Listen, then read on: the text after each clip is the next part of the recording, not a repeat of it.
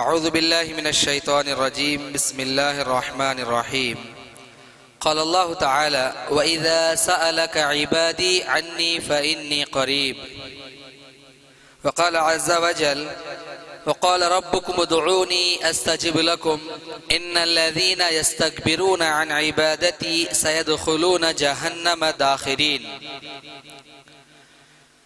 محترم حاضرین اکرام اور پردہ نشین خواتین اسلام، ابھی میں نے آپ کے سامنے قرآن مجید کی آیتیں پڑھ کر سنائی۔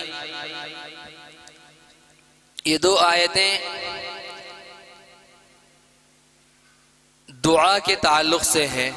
انشاءاللہ العزیز آج کی ہماری اس دوسری رات میں آخری عشرے کی دعا کے تعلق سے چند باتیں ہم سننے اور سنانے کی کوشش کریں گے۔ دعا ہے اللہ رب العزت جو کچھ بھی قرآن اور حدیث کی روشنی میں حق بات ہمیں ملے اس کو ایکسپٹ کرنے اور اس پر عمل پیرا ہونے کی توفیق عطا فرمائے، آمین۔ حاضرین اور پردہ نشین خواتین، الحمدللہ ابھی جو ہے آپ کے سامنے یہ درس قرآن شروع ہو چکا ہے۔ وہ حضرات و خواتین جو مسجد کے باہر ادھر ادھر باتوں میں مشغول و مصروف ہیں، ان سے گزارش ہے کہ وہ براہ کرم مسجد کے اندر داخل ہو جائیں، تھوڑی دیر اللہ اور اس کے رسول صلی اللہ علیہ وسلم کی باتوں کو سنیں۔ دعا انسان کی ایک فطری ضرورت ہے، کیونکہ انسان ایک کمزور مخلوق ہے۔ انسان جو ہے وہ بندہ ہے، انسان محکوم ہے، انسان مخلوق ہے، انسان مرعوب ہے۔ جب کبھی بھی پریشانیوں میں انسان گھرتا ہے، مصیبتوں کا شکار ہوتا ہے، آفتیں اس پر ٹوٹ پڑتی ہیں، تو اس کی فطرت اسے مجبور کرتی ہے کہ وہ اپنے خالق اور اپنے حاکم کی طرف وہ رجوع کرے اور اس سے مانگے، اپنی پریشانی اور اپنی مصیبتوں کا تذکرہ اس کے سامنے رکھے اور اس کا حل اس سے تلاش کرے۔ حاضرین، ہم تمام اس بات سے بخوبی واقف ہیں کہ دعا ہر مشکل کا حل ہے۔ انسان کے اوپر آئی ہر مصیبت، ہر پریشانی کا حل دعا کے اندر اللہ رب العالمین نے رکھا ہے۔ آپ صلی اللہ علیہ وسلم نے فرمایا الدعاء هو العبادہ، گویا کہ دعا ہی اصل عبادت ہے۔ ویسے تو عبادتیں بہت ہیں، جیسے کہ نماز، روزہ، صدقہ، زکوٰۃ، خیرات، حج، عمرہ، اعتکاف، بے شمار عبادتیں ہیں، لیکن دعا کے اندر جو تضرع بندے کے اندر پیدا ہوتا ہے شاید کہ کسی اور عبادت کے اندر پیدا ہو۔ اس لیے کہ بندہ اپنے رب کے سامنے اپنے آپ کو بے بس، مجبور اور لاچار بنا کر پیش کر دیتا ہے اور گڑ گڑاتا ہے اس کے سامنے اپنی ضرورت کو پیش کرتے ہوئے۔ اسی لیے اللہ رب العالمین نے فرمایا وَقَالَ رَبُّكُمُ ادْعُونِي أَسْتَجِبْ لَكُمْ، تمہارے رب نے اس بات کا حکم دیا کہ تم مجھے پکارو، اپنی ضرورت میرے سامنے رکھو، میں تمہاری ضرورت کو پورا کرنے کے لیے تیار ہوں، میں تمہاری پکار کو سنوں گا، تمہاری دعوت پر میں لبیک کہوں گا۔ اللہ رب العالمین کا فرمان ہے۔ حاضرین، آپ نے وہ بات مشہور سنی ہوگی جو کہ قرآن مجید کے اندر اللہ رب العالمین نے ارشاد فرمایا، زمانے جاہلیت میں بھی مشرکین مکہ جب کبھی پریشانی کے اندر گھر جاتے، یعنی کہ وہ ان کشتی میں سوار ہو کر سمندر میں جاتے اور ان کی کشتی جیسے ہی سمندر کے اندر ہچکولے کھانے لگ جاتی، پریشانی آ جاتی، لگتا کہ اپنی موت کو وہ لوگ اپنی آنکھوں سے دیکھ رہے ہیں، سمندر کی بھنور میں جیسے ہی ان کی کشتی جو ہے پھنس جاتی، فوراً اللہ رب العالمین کو پکارتے۔ اللہ رب العالمین نے فرمایا فَإِذَا رَكِبُوا فِي الْفُلْكِ دَعَوُا اللَّهَ مُخْلِصِينَ لَهُ الدِّينَ، جب وہ لوگ کشتی میں سوار ہوتے ہیں اور ان کی کشتیاں بھور میں پھنس جاتی ہیں، پریشانی اور مصیبتوں کا شکار یہ لوگ ہو جاتے ہیں، پکارتے ہیں اللہ رب العالمین کو خالص ہو کر۔ اللہ ہی کی تو ذات ہے جو ان کی کشتی کو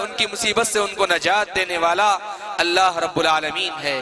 ایک اور جگہ اللہ نے فرمایا اَمَّن يُجِيبُ الْمُضْطَرَّ إِذَا دُعَاهُ وَيَكْشِفُ السُّوءَ، بتاؤ کون ہے وہ ذات، اللہ کے علاوہ کوئی ہے جو تمہاری پکار کو سنے اور اس پر لبیک کہے، یعنی کہ تمہاری ضرورت کو دور کرے۔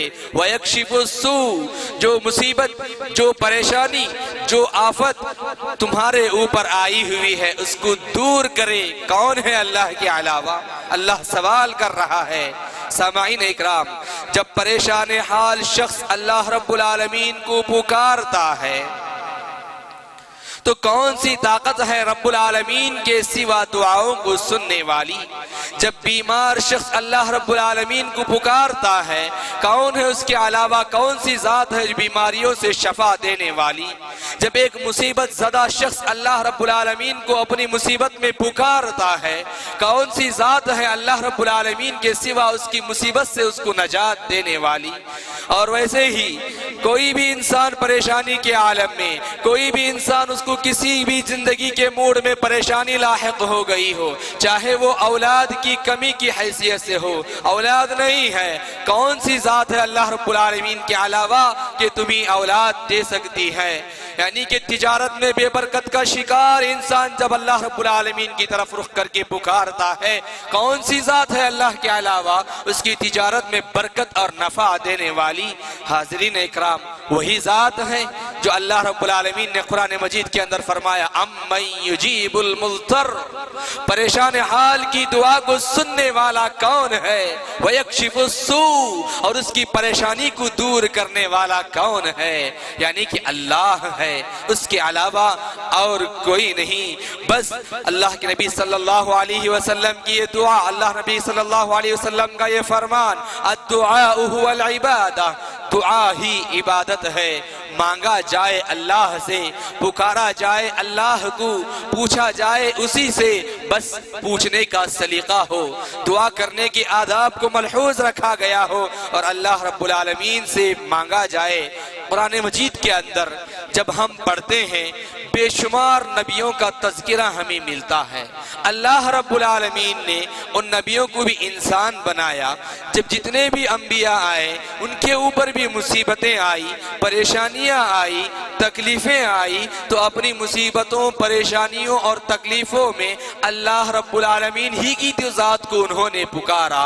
قرآن مجید جب ہم پڑھتے ہیں اللہ رب العالمین ان نبیوں کی دعاؤں کا تذکرہ کرتے ہوئے کہتا ہے۔ اب آئیے میں آپ کے سامنے بتاتا چلوں، حضرت ابراہیم علیہ السلام کی دعا کے تعلق سے اللہ نے فرمایا رب هب لی حکما والحقنی بالصالحین واجعل لی من ورثۃ جنۃ النعیم۔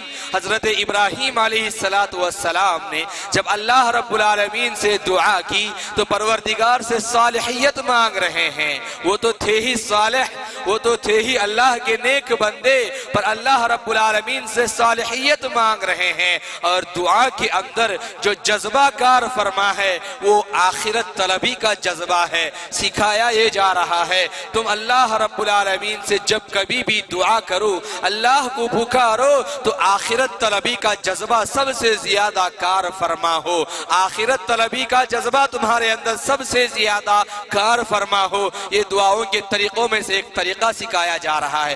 مانگو اپنی دنیاوی ضرورت، پوچھو اللہ رب العالمین سے، بیمار ہو شفا تو وہی کرتا ہے، میں پریشانی میں مبتلا ہو پریشانی سے دور بھی وہی تو کرتا ہے، کوئی بھی تمہیں ضرورت ہو، لا اولاد ہو اولاد سے بھی وہی تمہیں نوازے گا، کوئی بھی دنیا کی پریشانی اور مصیبت میں مبتلا ہو اس مصیبت سے دور کرنے والا، اس پریشانی کو ہٹانے والا اللہ ہی ہے، لیکن دعا کرنے کا سلیقہ تمہیں آنا ہے۔ یہ بتایا جا رہا ہے حضرت ابراہیم علیہ السلام کی اس دعا کے اندر حضرت ابراہیم سب سے پہلے صالحیت مانگ رہے ہیں، یعنی کہ نیکوکار ہونے کی دعا کر رہے ہیں، اور اس کے ساتھ ساتھ آخرت طلبی کا جذبہ کار فرما ہے، یعنی کہ آخرت طلب کر رہے ہیں، آخرت کو چاہ رہے ہیں۔ سب سے زیادہ ہم کو جو چیز مانگنا ہے وہ آخرت ہے۔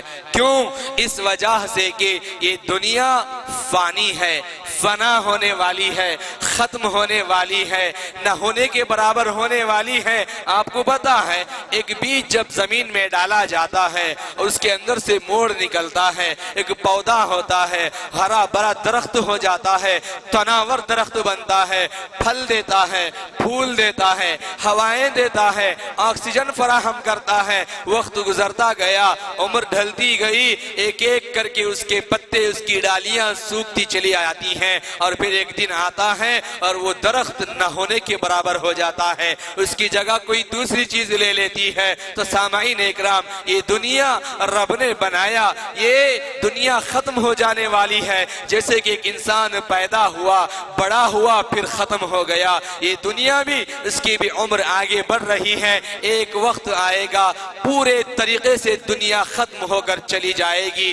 مٹ جائے گی، انسان نہ ہونے کے برابر ہو جائیں گے۔ بتایا یہ گیا، اے انسانو تمہیں مانگنا ہے تو مانگو دنیا بھی، لیکن سب سے زیادہ جذبہ تمہاری دعاؤں میں جو ہونا ہے آخرت طلبی ہے، اس لیے کہ والآخرت خیر وابقا، آخرت جو ہے وہ بہتر ہے اور ہمیشہ رہنے والی چیز ہے، ہمیشہ رہ جانے والی چیز آخرت کو طلب کرو، آخرت کو مانگا کرو۔ یہ ایک درس اس دعا کے اندر دیا گیا ہے۔ اور پھر ویسے ہی حضرت یوسف علیہ السلام کے تعلق سے جب ہم پڑھتے ہیں، حضرت یوسف علیہ السلام کے تعلق سے آپ جانتے ہیں مصر کے بازاروں میں غلام بنا کر خریدا جا رہا ہے، بیچا جا رہا ہے، اور پھر ویسے ہی اللہ رب العالمین نے ان کو وہاں سے نکال کر مصر کے تخت پر بٹھا دیا، مصر کی حکومت ان کے ہاتھوں میں دے دیا۔ مصر کے تخت پر بیٹھ کر حضرت یوسف دعا کرتے ہوئے کہتے ہیں، رب قد آتیتنی من الملک وعلمتنی من تأویل الاحادیث، یعنی کہ اللہ رب العالمین نے جو جو چیزیں ان کو دیا اس کا شکر ادا کرتے ہوئے اللہ رب العالمین سے دعا کر رہے ہیں، فاطر السماوات والارض انت ولی فی الدنیا والآخرہ توفنی مسلما والحقنی بالصالحین۔ حاضرین اکرام، ایک دعا عام آدمی جب کہے تو کہہ سکتا ہے، لیکن حضرت یوسف علیہ السلام جیسی شخصیت، یعنی کہ تخت پر بیٹھ کر حکومت کے جو ہے، حکومت کے ان کے اشاروں پر جو ہے دنیا چل رہی ہے، مصر کا سارا ماحول بھاگ رہا ہے، مصر کے تخت پر بیٹھ کر حکومت کرتے ہوئے، انگلی کے اشاروں پر لوگوں کو ہٹاتے ہوئے حضرت یوسف علیہ السلام اللہ رب العالمین سے دعا کر رہے ہیں، پروردگارا تو نے مجھے مصر کا تخت عطا کیا، تو نے مجھے خواب کی تعبیر کا علم عطا کیا، وعلمتنی من تأویل الاحادیث فاطر السماوات والارض، اے آسمانوں اور زمین کے بنانے والے، انت ولی فی الدنیا والآخرہ، تو دنیا اور آخرت میں میرا ساتھی بن جا، میرا ولی اور مددگار بن جا۔ حاضرین اکرام، حضرت یوسف علیہ السلام اللہ رب العالمین نے ان کو جو کچھ بھی نعمتیں ان کو عطا کیا، ان نعمتوں کو پا کر نعمتوں کے سمندر میں رہ کر رب سے کہہ رہے ہیں، پروردگارا تو نے مجھے دنیا عطا کیا، تو ہی تو ہے آخرت بھی دینے والا، مجھے آخرت عطا فرما، انت ولی فی الدنیا والآخرہ، پروردگارا تو مجھے دنیا میں سب کچھ عطا کر دیا، مجھے میں تیرے سے جو سوال کر رہا ہوں آخرت ہے، اے اللہ تو مجھے آخرت بھی عطا فرما دے۔ حاضرین اکرام، اللہ رب العالمین نے جو کچھ بھی دیا، ہمارے اندر گھر ہم نے بنایا، مالداری دی، خاندان میں ایک مقام اور مرتبہ عطا کیا، ایک عزت و شرافت والا انسان اللہ نے بنایا، اس کی ہر نعمت پر شکر کرنا ہے، قدردانی کرتے ہوئے اللہ رب العالمین سے دعا کرنا، تو ہی تو ہے جو دنیا میں مجھے یہ سب کچھ عطا کیا اور آخرت میں بھی مجھے عطا فرما دے۔ اور پھر ویسے ہی ہم اور آگے بڑھتے ہیں، قرآن مجید کے اندر پیغمبروں کی دعاؤں میں سے حضرت سلیمان علیہ السلام کی دعا کا تذکرہ بھی ہمیں ملتا ہے۔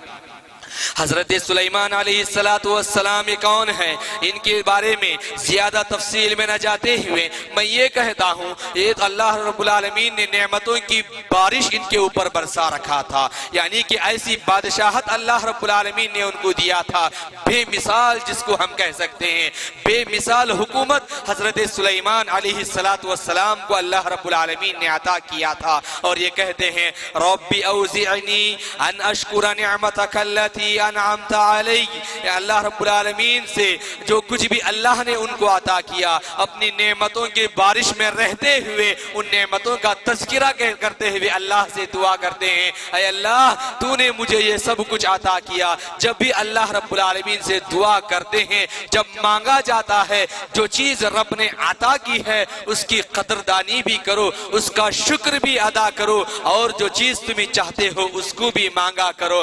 رب نے فرمایا ہے لَإِن شَكَرْتُمْ لَأَزِيدَنَّكُمْ، اگر تم شکر ادا کرو گے میں تمہیں اور مزید عطا کروں گا۔ سب سے پہلے جو رب نے تمہیں جن نعمتوں کے سمندر میں رکھا ہے ان نعمتوں کی قدردانی کرتے ہوئے اس کا شکر بجا لاؤ، اور پھر اس کے بعد اللہ رب العالمین سے اور مزید دعائیں کرتے جاؤ۔ حضرت سلیمان علیہ السلام کے بعد حضرت ایوب علیہ السلام کا تذکرہ بھی ہمیں ملتا ہے۔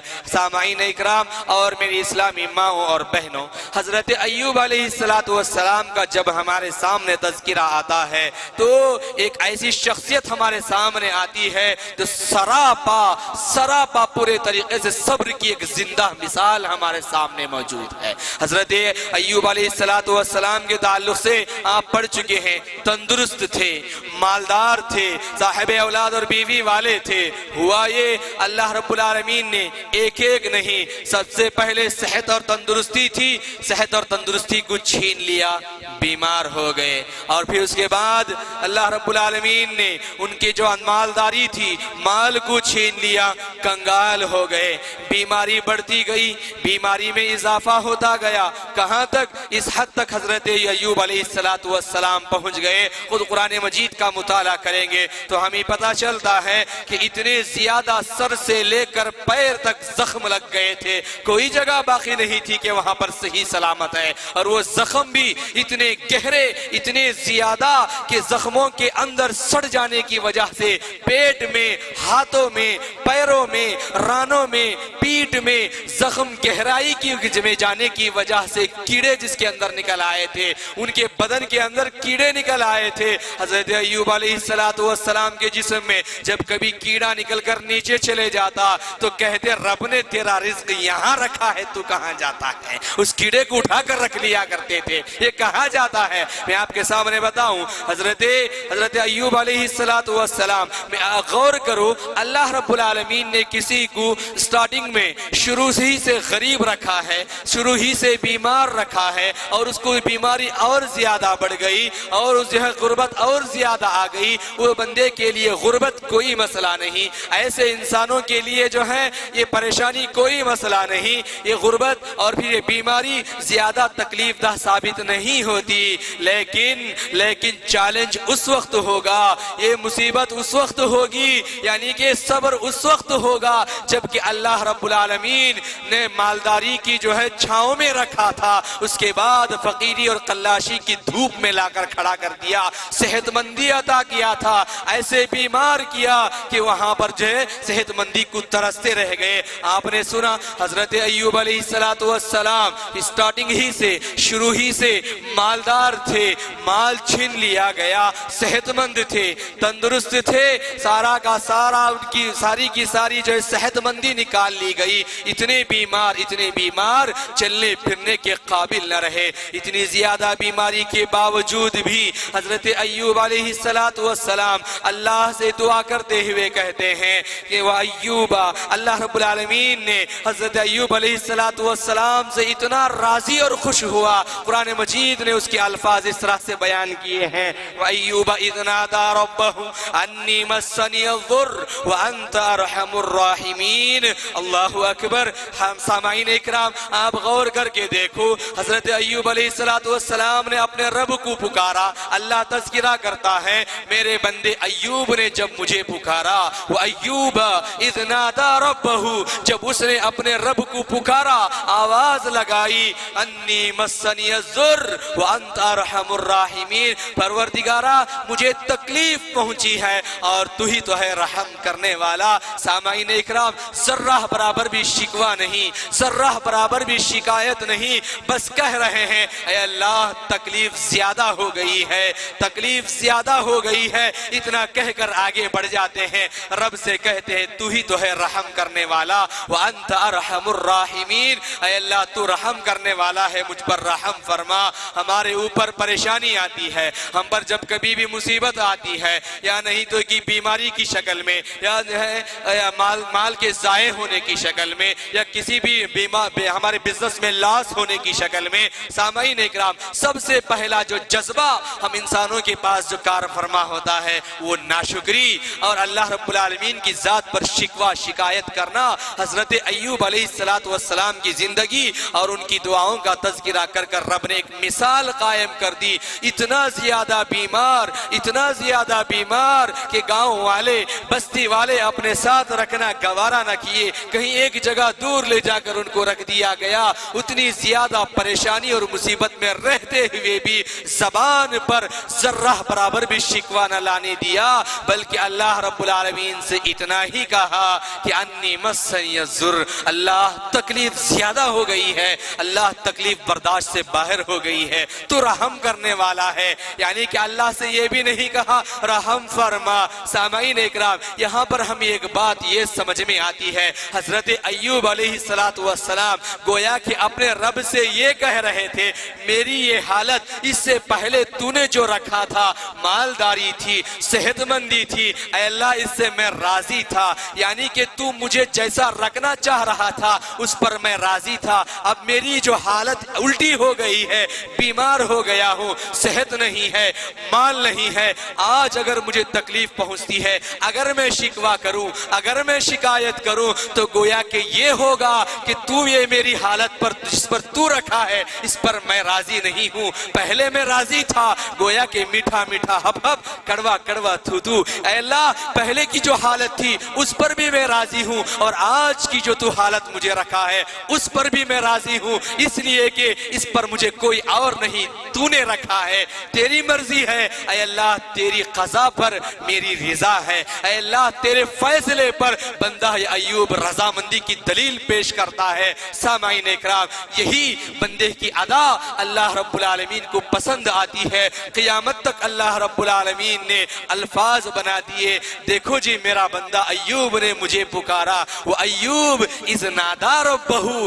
جب اس نے اپنے رب کو پکارا، انی مسنی الضر۔ تو سامعین اکرام کوئی بھی پریشانی کی عالم میں جب ہم دعا کرتے ہیں، شکوہ نہیں، شکایت نہیں، گویا کہ یہ کہو اگر تکلیف برداشت سے زیادہ ہو رہی ہے، حضرت ایوب علیہ السلام نے جیسے رب سے کہا تھا انی مسنی الضر، پروردگارا تکلیف زیادہ ہو گئی ہے، گویا کہ پروردگارا تو جس حالت میں مجھے رکھا ہے یہ حالت سے میں راضی ہوں، یہ حالت سے میں بخوشی میں راضی ہوں، اس لیے کہ اس حالت میں مجھے رکھنے والا تو ہے، تو جس چیز پر مجھے رکھے گا میری زندگی اس پر رضامندی کے ساتھ چلتی ہوئی چلے جائے گی۔ سامعین اکرام اور ویسے ہی آگے بڑھتے ہیں، حضرت زکریا اور یحییٰ کی دعائیں اور پھر ویسے ہی حضرت یونس علیہ السلام کی دعاؤں کا تذکرہ اللہ رب العالمین نے یہاں پر کیا ہے۔ آپ نے پڑھا اور سنا ہوگا، کشتی میں سوار حضرت یونس علیہ السلام نکل کر گئے،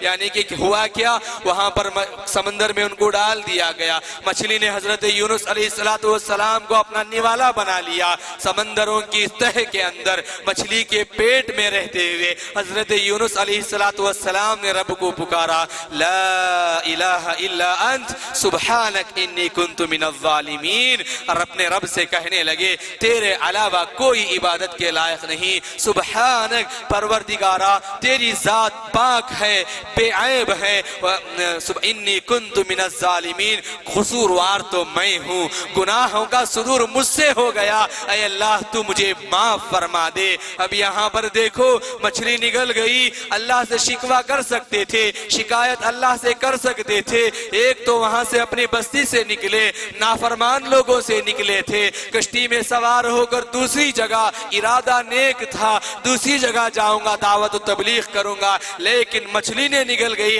ان کو پتا نہیں تھا کہ اس کے بعد کیا ہونے والا ہے. بظاہر ان کو ایسے لگ رہا ہے پریشانی پر پریشانی, مصیبت پر مصیبت آ رہی ہے, اب تو مچھلی نگل گئی, بس خلاص کوئی راستہ نہیں. لیکن ایسے اس مچھلی کے پیٹ کے اندر بھی سمندر کی تہ میں رہتے ہوئے بھی اپنے رب کو پکارا.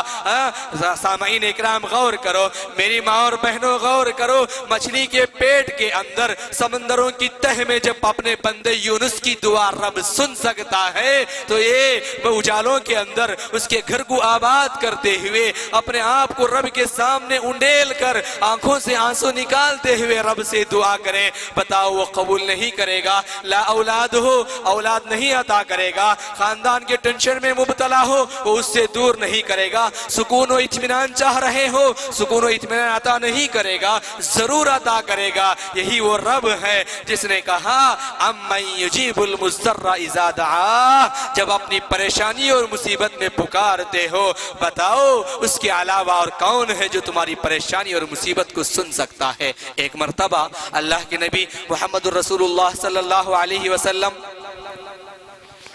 مسجد نبوی کے آس پاس میں آگے بڑھ رہے تھے. اچانک وہاں پر ایک شخص دعا کر رہا تھا. اس دعا کو جیسے کہ اللہ کے نبی صلی اللہ علیہ وسلم نے سنا, کہنے لگے میرے صحابہ, اے میرے ساتھیو, اس بندے نے اللہ رب العالمین سے اس چیز کے سہارے سے دعا مانگا ہے.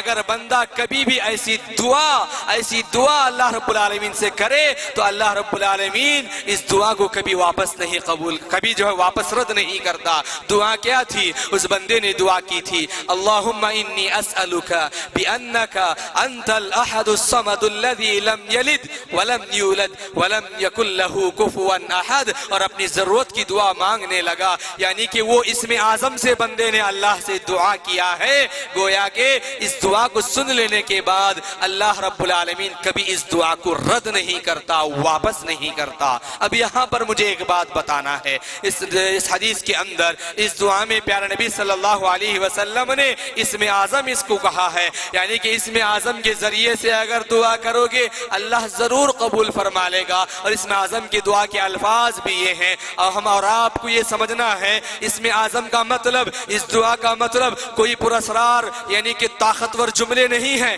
ان جملوں کو اپنی زبان سے ریپیٹ کر دو, آپ کو سب کچھ عطا ہو جائے گا. ایسے نہیں, یعنی کہ بندہ اللہ رب العالمین کے اسماء و صفات کے ذریعے سے دعا مانگا تھا. ایسے اسماء و صفات کا وسیلہ اختیار کیا گیا تھا. اللہ کے نبی نے فرمایا اللہ ضرور عطا فرمائے گا. آپ بھی جتنے نبیوں کی دعاؤں کا تذکرہ میں نے ابھی آپ کے سامنے کیا, جیسے کہ حضرت یوسف کی دعا, جیسے کہ حضرت ابراہیم علیہ السلام کی دعا, یعنی کہ فاطر السماوات والارض, اللہ رب العالمین کے اسماء و صفات کے ذریعے سے دعا کرو, اللہ رب العالمین ان دعاؤں کو قبول فرماتا ہے. لیکن ایک پریشانی کی بات ہم میں یہ ہے, ہم کرتے یہ ہیں دعا ہم نے کر لیا تو عجلت ہمارے اندر آ جاتی ہے. یعنی کہ ابھی ہم نے دعا کیا تو فوراً یہ دعا ہماری قبول ہو جائے. آپ کو پتا ہے حضرت ایوب علیہ السلام کو 18 سال تک دعا کرتے ہوئے صبر کرنا پڑا. کتنے؟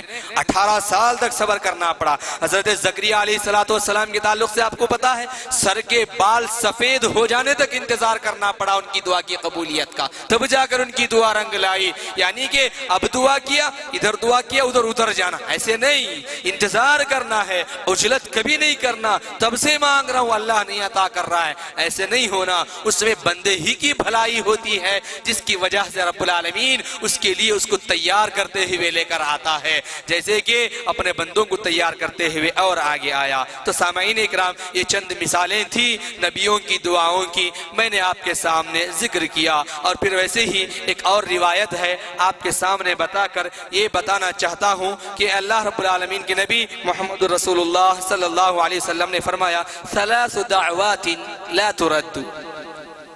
دعا کی قبولیت کے تعلق سے ایک اہم پہلو مجھے آپ کو بتانا ہے, وہ یہ ہے 3 قسم کی دعائیں ایسی ہیں جو کبھی رد نہیں کی جاتی.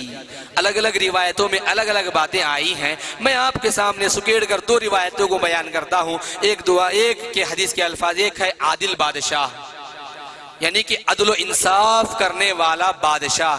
بادشاہ کا مطلب پرانے زمانے کے تصور ہی میں نہ جاؤ. خاندان کا بڑا اللہ نے آپ کو بنایا ہے, آپ کے اندر بھی عدل و انصاف ہے. جماعت و جمعیت کا ذمہ دار اللہ نے آپ کو بنایا ہے, آپ کے اندر عدل و انصاف ہونا ہے. تو ضرور بضرور ایسے عدل و انصاف کرنے والے حکمران کی دعا کو اللہ رب العالمین قبول کرے گا. والصائم حین یفطر, اور وہ روزے دار جب کہ افطاری کرنے کے لیے بیٹھتا ہے, یعنی کہ بندے کی وہ ادا اس کے سامنے, دنیا کی وہ میوے اس کے سامنے موجود ہیں, اس کا پیٹ, اس کی زبان جس چیز کو چاہ رہی ہے وہ اس کے سامنے موجود ہے, لیکن بندہ کھاتا نہیں, انتظار کرتا ہے رب کے منادی کا. جب وہ پکارے, رب کا حکم آ جائے, تب میں اس کو حلق سے اتاروں گا. یہ بندے کی وہ ادا اللہ رب العالمین کو اتنا پسند آتی ہے. ایسے وقت میں جو آپ دعا کرو اللہ رب العالمین اس کو قبول فرمائے گا. ایک اور ہے دعوت المظلوم, مظلوم کی بددعا, مظلوم کی دعا, مظلوم کی دعا کو بھی اللہ رب العالمین قبول کر لے گا.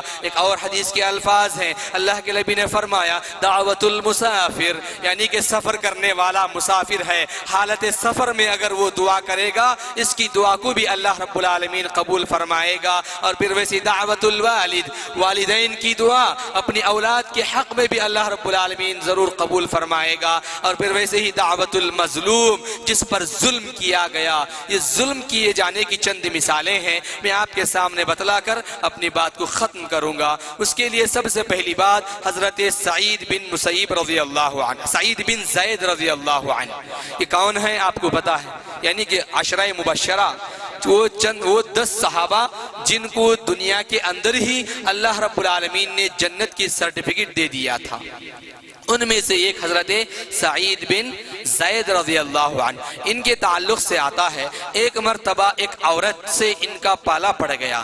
ہوا یہ عورت کا نام تھا عروہ بنت عوف, غالباً اس عورت کا نام تھا. اس نے ایک مرتبہ حضرت سعید بن زید رضی اللہ عنہ کے خلاف ایک جھوٹا مقدمہ دائر کر دیا. وہ یہ تھا کہ انہوں نے میری زمین کو ہڑپ لیا ہے, ان کے پاس جو زمین تھی اس کو انہوں نے میرے پاس مار لیا ہے, ہتھیا لیا ہے. اور یہ مقدمہ لے جا کر اس نے مروان, اس زمانے کا جو خلیفہ تھا, مروان خلیفہ کے سامنے جا کر شکایت کر دی. مروان خلیفہ بڑا پریشان ہوا ابتداءً, یہ تو اللہ کے نبی کے صحابہ میں سے ہیں اور پھر ویسے ہی فضیلت والے, جنت کی سرٹیفکیٹ دنیا کے اندر ہی ان کو مل گئی ہے, ایسے کر سکتے ہیں کیا؟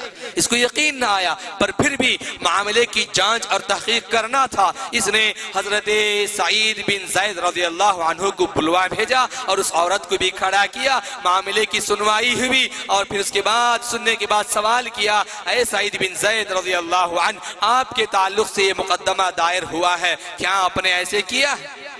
حضرت سعید بن زید رضی اللہ عنہ کے دل کو اتنا زیادہ برا اثر ہوا, اتنا دکھ ہوا, خاموش کھڑے ہو گئے. اس کے بعد انہوں نے کہا اے خلیفہ میں کیوں ایسے کروں, حالانکہ اللہ کے نبی صلی اللہ علیہ وسلم کی زبان سے فرماتے ہوئے میرے انہی کانوں نے اس زمانے میں سنا ہے جب اللہ کے نبی زندہ تھے, میں بھی زندہ تھا, انہی کانوں سے پیارے نبی کو فرماتے ہوئے میں نے سنا جو کوئی بھی کسی کی زمین کو ناجائز قبضہ کرے گا, تھوڑا برابر بھی, ناخن برابر بھی ہتھیا لے گا, کل قیامت کے روز رب کے سامنے اس حالت میں وہ آئے گا کہ اتنے 7 زمینوں کا توخ بنا کر اس کی گلے میں ڈال دیا جائے گا. کیا مجھے یہ پسند ہے کیا؟ میں کیوں ایسے کروں؟ میں نے ایسے نہیں کیا ہے, میں سچا ہوں. اتنا کہہ کر نکلے. اتنی تکلیف پہنچی, انسان تھے, انسانی جذبات سے سرشار تھے. کہنے لگے پروردگارا اگر یہ جھوٹی ہے تو اس کو اندھی بنا دے, یہ جھوٹی ہے تو اس کو اندھی بنا دے,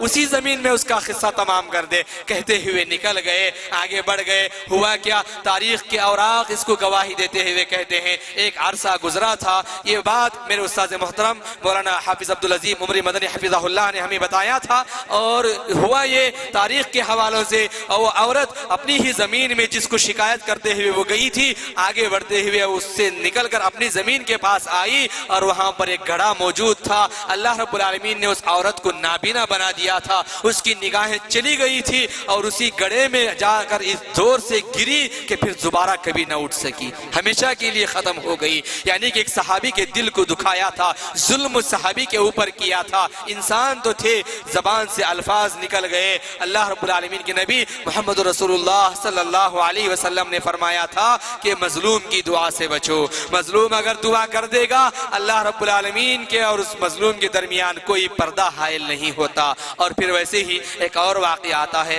حضرت سعد بن ابی وقاص رضی اللہ عنہ کے تعلق سے، حضرت سعد بن ابی وقاص رضی اللہ عنہ کے تعلق سے کہ یہ ان کے تعلق سے جہاں پر یہ تھے، لوگوں نے کوفہ کے گورنر تھے، پتہ ہے نا کوفہ کے گورنر تھے آخری زمانے میں، کوفہ والے ان کے تعلق سے مشہور کہ کیسے شر پسند تھے۔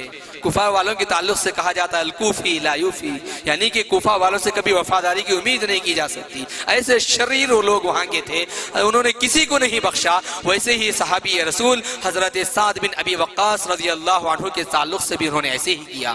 ہوا ایسا، ایک زمانہ گزر گیا، خلافت حضرت عمر بن خطاب رضی اللہ عنہ کی تھی، اور حضرت عمر بن خطاب رضی اللہ عنہ کے زمانے میں ان لوگوں نے ان کے خلاف سازش رچی اور 3 باتیں ان کے خلاف شکایت کے طور پر لکھ کر حضرت عمر رضی اللہ عنہ کو روانہ کر دیا۔ چٹھی حضرت عمر رضی اللہ عنہ کو پہنچی، بات کیا تھی؟ حضرت سعد بن ابی وقاص جو ہیں ان کے اندر 3 بڑی بڑی خرابیاں پائی جاتی ہیں۔ سب سے پہلی کیا ہے؟ سب سے پہلی خرابی یہ ہے کہ ان کو نماز پڑھنا ہی نہیں آتا ہے، پڑھائیں گے کیا؟ ایسے آدمی کو آپ نے ہمارا گورنر بنایا ہے، ان کو نماز پڑھنا ہی نہیں آتا۔ خلیفہ کس کے بارے میں بتا رہے ہیں؟ صحابی رسول کے بارے میں بتا رہے ہیں کہ ان کو نماز پڑھنا ہی نہیں آتا، یہ پڑھائیں گے کیا؟ اور دوسری ان کے خلاف یہ تھی، یہ جہاد کے بارے میں حکم تو دیتے ہیں لیکن کبھی جہاد کے لیے نہیں نکلتے، کبھی نکل کر یہ جہاد کو آئے نہیں لیکن حکم تو دے دیا کرتے ہیں۔ اور تیسری بات یہ، ان کو انصاف ہی کرنا نہیں آتا۔ ایسے نااہل آدمی کو آپ نے ہمارا گورنر بنایا ہے، ان کو انصاف کرنا ہی نہیں آتا۔ یہ 3 باتیں ان کے خلاف چٹھی لکھ کر روانہ کر دیا۔ حضرت عمر رضی اللہ عنہ نے جیسے ہی اس چٹھی کو دیکھا تو سامعین اکرام فوراً حضرت عمر رضی اللہ عنہ کے رونگٹے کھڑے ہو گئے، پریشان ہوئے، ایسے کیسے ہو سکتا ہے؟ ایسے تو نہیں ہونا ہے، یہ تو صحابی رسول اللہ کے نبی کو نماز پڑھتے ہوئے اپنی آنکھوں سے دیکھا اور طریقہ سیکھا ہے، یہ کیسے نماز پڑھنے نہیں آتا؟ عدل و انصاف کا حکم سیکھ کر یہ لوگوں کو سکھانے کے لیے گئے ہیں، یہ خود ناانصاف کریں گے؟ جہاد کا حکم خود دے رہے ہیں اور خود نہیں نکلتے، یہ کیسا معاملہ ہے؟ اور جو خلاف شکایت آ گئی ویسے ہی بات کو ذہن میں رکھ لیا، ایسے نہیں، حضرت معاملے کی تحقیق ضروری تھی۔ حضرت عمر بن خطاب رضی اللہ عنہ چند ایک ٹیم کو منتخب کیا اور لوگوں کو روانہ کیا، کوفہ کی طرف جاؤ اور جا کر وہاں پر دیکھو معاملہ کیا ہے۔ وہ لوگ نکل کر گئے اور جانے کے بعد کوفہ کی ایک ایک مسجد کو گئے، ایک ایک محلے کو گئے اور آدمیوں سے سپریٹ ملتے اور حضرت سعد بن ابی وقاص رضی اللہ عنہ کے تعلق سے سوال کرتے، پوچھتے وہ کیسے ہیں، وہ کیا کیے ہیں۔ لیکن تینوں کے بارے میں ایک ایک سوال کرتے جاتے، ہر جگہ الٹی ہی بات آئی کہ نہیں وہ تو ویسے نہیں ہیں، وہ تو اللہ والے انسان ہیں، ایسے کیسے ہو سکتا ہے۔ آخر میں یہ جو ٹیم گئی تھی ریسرچ کے لیے مطمئن ہو گئی۔ آخر میں ایک مرحلہ باقی تھا، وہ مسجد جہاں پر حضرت سعد بن ابی وقاص رضی اللہ عنہ نماز پڑھایا کرتے تھے۔ ڈائریکٹ تقریباً ظہر یا عصر کی نماز کا وقت تھا، یہ پوری ٹیم وہاں پر پہنچ گئی اور پہنچنے کے بعد حضرت سعد بن ابی وقاص رضی اللہ عنہ بھی وہاں پر موجود تھے۔ وہاں پر انہوں نے چند آہستہ سے ایک جگہ جماعت بیٹھی ہوئی تھی نماز کے انتظار میں، چند لوگوں سے سوال کیا ان کے تعلق سے کہ وہ کیسے ہیں، یہاں پر ابھی پوچھے نہیں تھے۔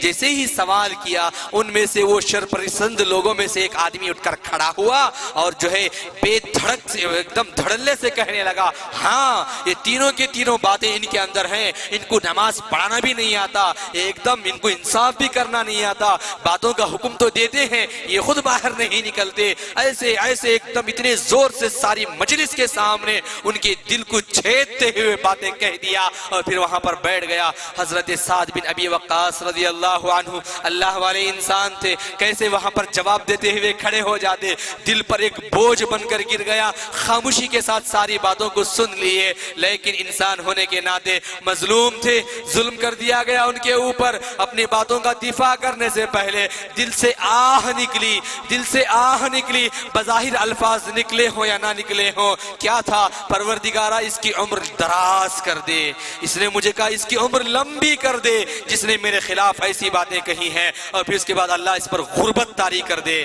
تین بد دعائیں کی، تین باتیں انہوں نے میرے خلاف کہی ہیں، تین باتیں یہ ذکر کیا، ایک تو یہ اس کی عمر لمبی کر دے، اور دوسرا اس پر غربت و افلاس کو لاگو کر دے، اور پھر اس کو فتنے میں مبتلا کر دے۔ اس کے بعد حضرت سعد بن ابی وقاص رضی اللہ عنہ وہاں سے گزر گئے، اور پھر ہوا یہ اس آدمی کے تعلق سے آتا ہے، آخر عمر میں اتنا بوڑھا ہو گیا، اتنا بوڑھا ہو گیا، ساری کی ساری پلکیں بھی سفید ہو گئی، اور پھر پلکیں جو ہے نیچے کی طرف لٹک کر اس کی آنکھیں بند ہو گئی تھی، اتنا زیادہ چمڑیاں جھولنے لگی، اتنا بوڑھا اور بزرگ ہو گیا، اور اس کے باوجود دوسرا غربت و افلاس کا، دوسری جو تھی دعا وہ یہ تھی، غربت و افلاس کا اثر اس کی زندگی میں یہ ہوا کہ گھر گھر میں بڑھاپے میں راستے راستے میں بھیک مانگا پھرتا تھا، مجھے کچھ دے دو، مجھے کچھ دے دو۔ اور تیسری بد دعا تھی کہ فتنے میں مبتلا کر دے، یہ فتنہ ایسے فتنے میں مبتلا ہوا کہ راستے میں چلتی ہوئی جوان لڑکیوں اور عورتوں کو چھیڑا کرتا تھا۔ اللہ اکبر،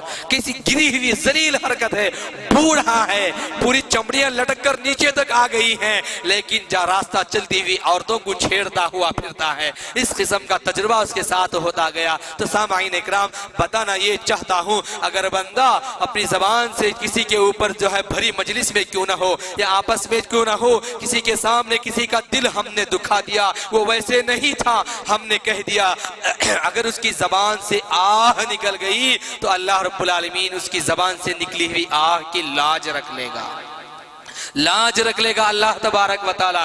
جیسے کہ وہ واقعہ مشہور ہے، جیسے کہ ایک تو ابھی میں نے آپ کے سامنے ذکر کیا سعد بن ابی وقاص کا، حضرت انس بن نضر رضی اللہ عنہ، آپ نے سنا ہے انس بن نضر رضی اللہ عنہ، یعنی کہ جنگ احد میں کیسے کارنامے ان کے ہیں، کھجور کا گوشہ کھا رہے تھے، وہاں سے نکلے وغیرہ، جن کا واقعہ مشہور ہے۔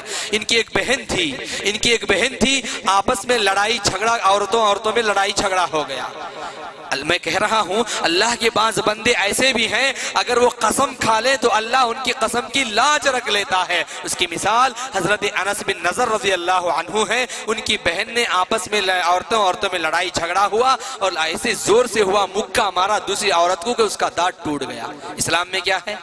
وہ سن بالسن، دانت کے بدلے دانت توڑا جائے گا۔ وہاں پر حکم آ گیا اللہ کے نبی صلی اللہ علیہ وسلم کے پاس، معاملہ مقدمہ لا کر درج ہو گیا، اور بات پیش ہوئی۔ حضرت انس بن نضر رضی اللہ عنہ دوڑے آئے، اور اپنی بہن سے بہت زیادہ پیار کرتے تھے، اپنی بہن سے بہت زیادہ محبت کرتے تھے۔ اب ان کو پتا ہے نا، دانت توڑیں گے تو بدلے میں ان کی بہن کا بھی دانت توڑا جائے گا۔ اب اس پریشانی میں اللہ کے نبی کے پاس آئے اور کہنے لگے، یا رسول اللہ آپ سفارش کرو، میری بہن کو بچا لو۔ اللہ کے نبی نے کہا، کیا ہے؟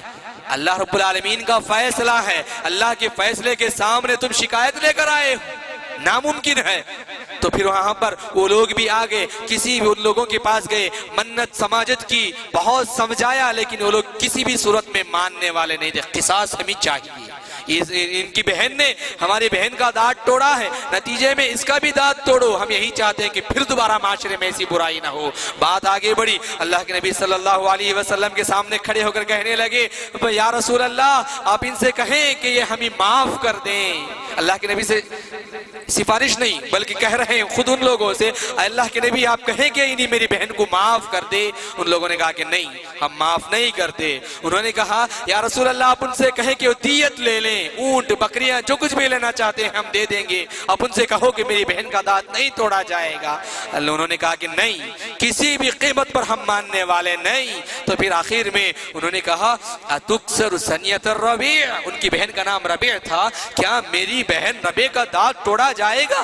فوراً اللہ کی دربار میں ہاتھ اٹھایا، کہنے لگے، اللہ قسم کھا کر کہا، اللہ کی قسم میری بہن ربیع کا دانت نہیں توڑا جائے گا، واللہ اللہ کی قسم میری بہن ربیع کا دانت نہیں توڑا جائے گا۔ یہ بدلے میں آ کر خلاف پہ کھڑے ہو کر نہیں کہے، بلکہ اللہ سے ریکویسٹ کرنے لگے میری بہن کا دانت نہیں توڑنا ہے۔ اللہ رب العالمین کے دربار میں ہاتھ اٹھے تھے، اللہ رب العالمین نے ان کے دلوں کو بدل دیا۔ انہوں نے کہا کہ نہیں اللہ کے نبی، ہم ان کو معاف کر دیے، چھوڑ دیتے ہیں، ان کی بہن کا دانت نہیں توڑیں گے۔ یعنی کہ دعا ایک ایسی چیز ہے اللہ رب العالمین کے عرش کو تک ہلا کر رکھ دیتی ہے۔ ابھی ہمارے ہاتھ نہیں اٹھتے، اللہ رب العالمین اس چیز کو عطا کر دیتا، دلوں کے بھید سے واقف ہے۔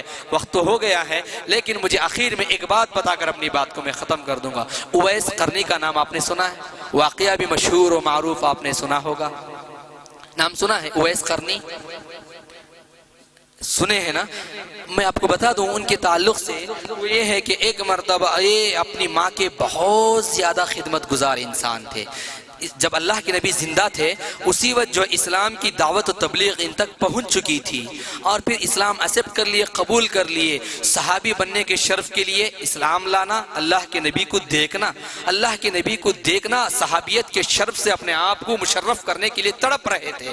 لیکن ان کی ماں اسی اسنا میں اللہ کا کرنا ایسے ہوا کہ بیمار ہو گئی، اتنا زیادہ بیمار ہوئی، اتنا زیادہ بیمار ہوئی کہ اس کو چھوڑ کر آ نہیں سکتے۔ اور یہ تھے یمن کے، یمن میں ایک علاقہ ہے قرن، اور اس قرن کے رہنے والے اویس قرنی، سمجھ رہے ہیں نام ان کا اویس، قرن کے رہنے والے قرنی، اویس قرنی اسی کے نام سے مشہور ہوئے۔ اپنی ماں کا بہت زیادہ خدمت گزار تھے، دل تڑپ رہا تھا کہ جاؤں ایک مرتبہ اللہ کے نبی سے ملاقات کر کے آ جاؤں، میں صحابیت کا شرف مجھے مل جائے گا، جس نبی کا کلمہ میں نے پڑھا ہے وہ ابھی زندہ ہے، اس سے مل کر آ جاؤں، دل تڑپ رہا ہے۔ صبح ہوتی ہے، شام ہوتی ہے، اور پھر ویسی آنکھوں سے آنسو بہتے رہتے ہیں، اللہ کے نبی سے مل لوں، اللہ کے نبی سے مل لوں۔ لیکن ماں ہے اتنی بیمار، اتنی بیمار، اور اس زمانے میں قرن یعنی کہ یمن سے لے کر مدینے تک آنے کا راستہ تقریباً 1.5 مہینے کا تھا، اور اتنی دیر جا کر واپس آنے تک 3 مہینے ہو جائیں گے۔ کیا ہوگا ماں کا؟ کوئی نہیں ان کے علاوہ ماں کا ظاہری سہارا۔ اب کیا کریں؟ لیکن کیا کروں اللہ، ایک طرف تو اللہ کے نبی سے ملاقات کا جنون، اور دوسری طرف ماں بیمار ہے، اللہ میں کیا کروں؟ اسی پریشانی اور تذبذب میں مبتلا رہے۔ لیکن ان کے بعد ان کو پتہ یہ چلا اللہ کے نبی صلی اللہ علیہ وسلم کا انتقال ہو گیا ہے، اور یہ بیچارے اپنی ماں کو چھوڑ کر اللہ کے نبی سے ملاقات کے لیے نہ جا سکے، اور ایسے ہی رہ گئے۔ لیکن اللہ کون ہے؟ دلوں کے بھید کو جاننے والا۔ یہاں پر قرن میں ایک جو ہے ضعیف عورت اور پھر اس کا بچہ، اس کے دل میں جو چل رہا ہے، اللہ نے اپنے نبی کو اطلاع کر دیا، اے نبی، اویس نامی قرن کا ایک نوجوان جو تم سے ملاقات کا جذبہ رکھتا ہے، لیکن وہ آ نہیں سکتا اپنی ماں کو چھوڑ کر، اس لیے کہ اس کی ماں بیمار ہے، اس کی خدمت میں لگا ہوا ہے۔ سامعین غور کرو، جن کی ماں، جن کے باپ بیمار ہیں، یا جن کے والدین بوڑھے ہو چکے ہیں، نوجوان ان کی ماں اور باپ کو اس کی خدمت کیسے کرنا ہے، کس حد تک ان کو لے جانا ہے۔ یہاں پر ایک طرف تو صحابیت سے مشرف ہونے کی ایک تڑپ بھی ہے، اور دوسری طرف ماں کی خدمت ہے۔ اللہ رب العالمین نے اس ادا کو اتنا پسند کیا، اتنا پسند کیا، ان کے تعلق سے اللہ کے نبی کو بتا دیا کہ قرن کا ایک نوجوان اویس نامی ایسے چاہتا ہے، اور آپ سے ساری کی ساری باتیں معلوم ہو گئی۔ اور اس وقت اللہ کے نبی صلی اللہ علیہ وسلم نے اپنے صحابہ کو اس کا تذکرہ کر دیا اور بتایا اللہ رب العالمین نے اس کو مستجاب الدعوات بنایا ہے، یعنی کہ وہ دعا کرے تو اللہ قبول فرما لے گا، ایسا اللہ نے اس کو دے دیا ہے۔ کس کا نتیجہ؟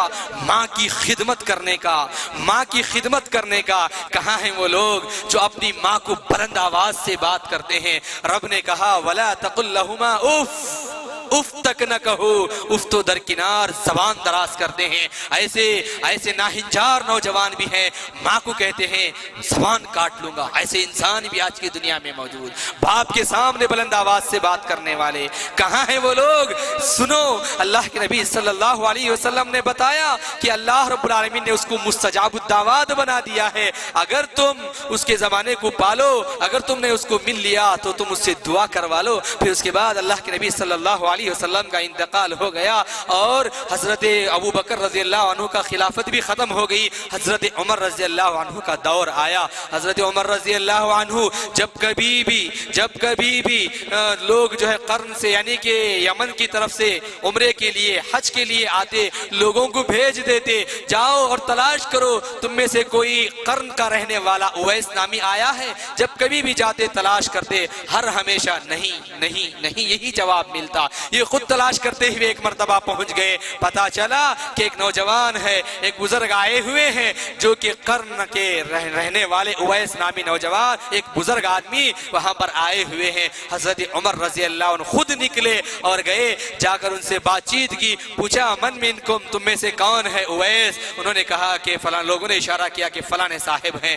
گئے اور ان سے ملاقات کی، بات چیت ہوئی، اور حضرت عمر رضی اللہ عنہ نے یہ کہا اگر آپ چاہیں تو میں جو ہے یمن کے گورنر کو خط لکھ دوں گا کہ وہ تمہارا زیادہ خاص خیال رکھے گا۔ انہوں نے کہا کہ نہیں، مجھے اس کی ضرورت نہیں ہے، مجھے میرے رب کی بس ضرورت ہے، اس کے علاوہ کسی چیز کی ضرورت نہیں۔ حضرت عمر رضی اللہ عنہ نے کہا کہ ان سے کہ میرے لیے دعا کرو، اور ان کے تعلق سے اور بھی بے شمار باتیں ہیں کہ ان کے اوپر جو ہے سفید داغ دھبے بیٹھ گئے تھے، پورے کی پوری داغ بھگو اللہ نے نکال دیا تھا، ایک رہ گیا تھا۔ یہ الگ لمبی چوڑی بحث ہے، میں اس واقعے کی تفصیل میں نہ جاتے ہوئے بس یہ کہنا چاہتا ہوں، ماں کی خدمت نے بندے کو اس مقام اور مرتبے کو عطا کیا، آیا نہیں، ملا نہیں، پر پھر بھی اللہ نے جبرائیل کے ذریعے سے آسمان سے زمین تک انسان کو بھیجا، اور آسمان سے زمین تک فرشتے کو بھیجا، اور اس فرشتے نے آ کر بتلایا کہ اللہ کے نبی صلی اللہ علیہ وسلم ایسے اور ایسے قرن کے اندر ایسے معاملہ ہو رہا ہے۔ تو سامعین اکرام، یہ ساری باتیں بتلا کر آپ کے سامنے یہ درس دینا چاہتا ہوں، دعا کیسے کرنا ہے، اس کا طریقہ کار کیا ہونا ہے، اور پھر ویسے ہی جب مانگی جاتی ہے تو کیا چیز مانگنا ہے۔ اللہ کے نبی صلی اللہ علیہ وسلم نے ہمیں سکھایا ہے سب سے بڑھ کر آخرت مانگو، اس لیے کہ آخرت خیر ہے، بھلائی کی چیز ہے اور باقی رہ جانے والی چیز ہے، والآخرت خیر وابقا، لیکن دنیا ختم ہو جانے والی چیز ہے، فنا ہو جانے والی چیز ہے۔ آپ کو پتا ہے نا حضرت ایوب علیہ السلام کو کتنی تکلیف گزری، کتنی تکلیف گزری، باقی رہ گئے۔